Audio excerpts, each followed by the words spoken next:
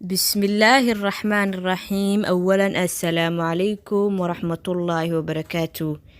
soo dhawaada walaalaha sharafta badan ee ku xiran janalkeena caafimaadka ee caafimaad janal. Jirka bini'aadanka waxaa loo abuuray qaab uu si dabiici ah miisaanka isugu kordhiyo una xajista hilibka. Haddaba maanta waxaan kuu soo gudbin doonaa 6 qaab oo si degdeg ah loogu cayilo amaba si lama filaan ah loogu cayilo. Hababkan ama qaababkan dadka cayilka iska ilaaliya xitaa iyagoo aan fahansanayn ayuu miisaan badan ku fuulaa. Habka koobaad ama qaabka koobaad, cuntada dufanka ku yar tahay. Raashinka aan baruurta lahayn waxaa aad ugu badan sokorta. Adigoo aan dareemin ayuu miisaankaaga si degdeg ah u badanayaa haddii aad isticmaasho cuntooyinkaas. 2. Daawashada TV-ga. Mid ka mid ah sababaha ugu waaweyn ee miisaanka durba u badiya waa fadhiga badan, gaar ahaan markii aad ku mashquulsan tahay daawashada telefishinka.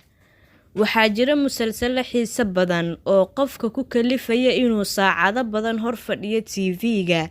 Sidoo kale, waxay u badan tahay inaad waqtigaas cunto raashin badan oo aan caafimaad lahayn. 3. Dhafarka. Inta badan dadka waxay ku cayilaan dhafarka ama hurdo la'aanta.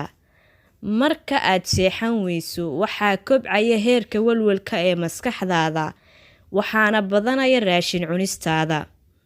Waxaa laga yaabaa in adigoo maalintii wax cunaya aad habeenkiina wax cunto maadaama aad soo jeedo.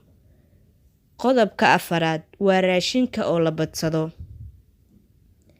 Dadka qaar marka ay wax cunayaan waxay soo buuxsadaan saxanka iyagoo kadibna wada dhamaysta cuntadaas.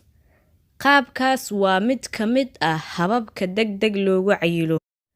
Qodobka 5 waa daawooyinka. Qaar ka mid ah daawooyinka loogu talagalay xanuunada, dhiig-karka, sonkorowga iyo kuwa kaleba waxay si lama filaan ah u kobciyaan miisaanka jirka. Waxaa kale oo jira daawooyin kale oo si ula kac ah loogu cayilo. Qodobka 6 waa walwalka. Inkastoo dad badan ay aaminsaneen walwalka inuu keeno cayil, balse marka aad walwalsan tahay waxaa isbedel sameynaya hormoonnadaada. Waxaa badanaysa baahida aad u qabto cuntada. Haddii aadan xakameyn waa ku cayilaysaa. Dhammaan arrimahan waxay ku horseedayaan in uu kugu kordho miisaan, ha ahaado mid aad rabto ama mid aadan rabin. Haddaba 6daas qodob waa 6da qodob ee qofka asigoo aan filaynin ama asigoo aan dareen ama baraarug u lahayn uu miisaan si degdeg ah ku kori karo. Waan filayaa walaalaha sharafta inaad ka faa'iideysateen fiidiyogan. Wassalaamu calaykum.